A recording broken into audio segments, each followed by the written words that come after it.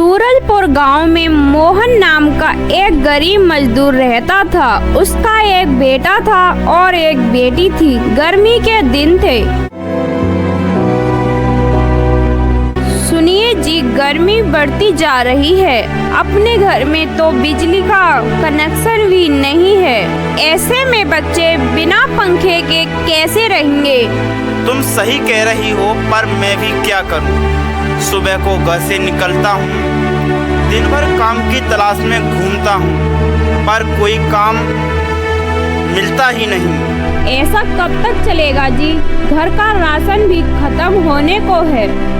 पता नहीं भगवान को हम पर दया कब आएगी। यह गर्मी भी हम गरीबों को ही ज्यादा सताती है। अब क्या ही करें? चलो तुम मेरे लिए कुछ बना दो, फिर मैं निकलता हूँ किसी काम की तलाश में। सुरभि मिट्टी के चूल्हे पर गर्मी में कढ़ाई चूल्हे पर चढ़ा देती है। उसका बेटा शंकर और उसकी बेटी वहाँ आ जाते हैं। माँ, कितनी गर्मी है। पिताजी से बोलकर अपने घर में बिजली का कनेक्शन लेने को बोलो और एक बड़ा पंखा लगवा दो। मुझसे यह गर्मी बर्दाश्त नहीं हो रही। हाँ माँ, बोलो ना। पिताजी को हमारे सारे दोस्तों के घर में वह महंगा वाला फ्रिज जैसा एसी चलता है और हम लोगों के घर में तो बिजली का कनेक्शन भी नहीं है। हमें भी इस गर्मी से बचना है। यह सुनकर सुरभि की आंखों में आंसू आ जाते हैं और यह सब मोहन भी सुन रहा था। अपने बच्चों की बात सुनकर मोहन भी दुखी हो जाता है। हे भगवान, मैं कैसा बदनसीब बाप हूँ जो अपने बच्चों को सुकून की जिंदगी नहीं दे सकता। इस गर्मी से उन्हें नहीं बचा सकता। मोहन खुद से यह सब बोल ही रहा था कि तभी चूल्हे की वजह से झोपड़ी की छत में आग लग जाती है। तो मोहन जल्दी से अपने दोनों बच्चों और अपनी पत्नी को घर से बाहर ले आता है और थोड़ी ही देर में मोहन का आखिरी सहारा उसका घर भी जलकर खंडर हो जाता है। सुनिए जी, गर्मी का सहारा कहर क्या हम पर ही बरसेगा?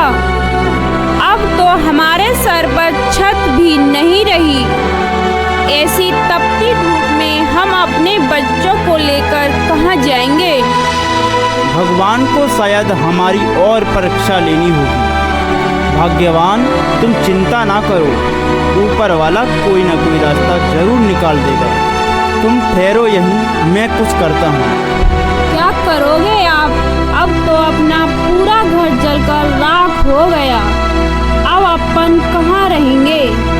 मुझे मेरी चिंता नहीं है, मुझे मेरे दोनों बच्चों की चिंता है।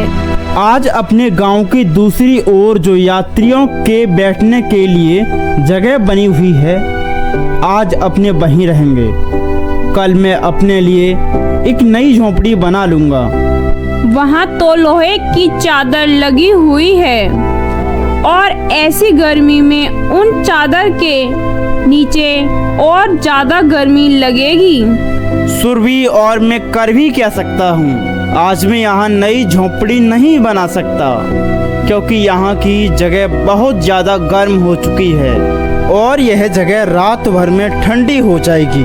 और रही बात वहाँ चादर की, तो अपने सर के ऊपर कोई छत ना होने से तो अच्छा ही है। कम से कम अपने सर के ऊपर सीधी धूप तो ना पड़ेगी। फिर वो दोनों अपने बच्चों को लेकर गांव के दूसरी ओर जो यात्रियों के ठहरने के लिए जगह बनी थी वहां चले जाते हैं।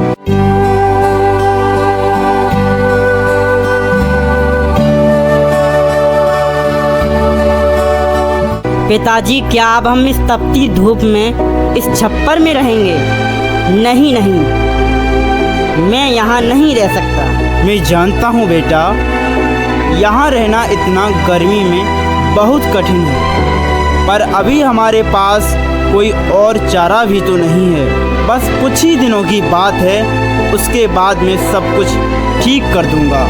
बस मुझे थोड़ा सा और समय चाहिए।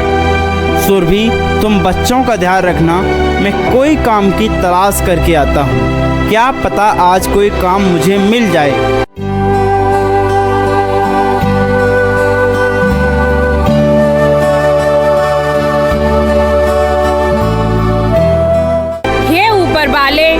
तेज धूप है और ऊपर से कुछ खाने को भी नहीं है। मेरे छोटे छोटे बच्चे कैसे बर्दाश्त करेंगे जब यह मुझसे ही नहीं झेला जा रहा।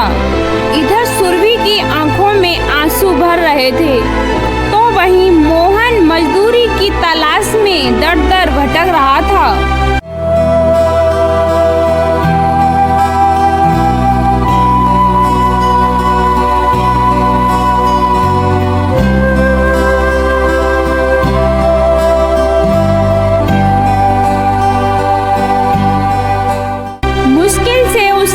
छोटा सा काम मिला जिससे उसने खाना खरीद लिया और अपने परिवार के पास चला गया।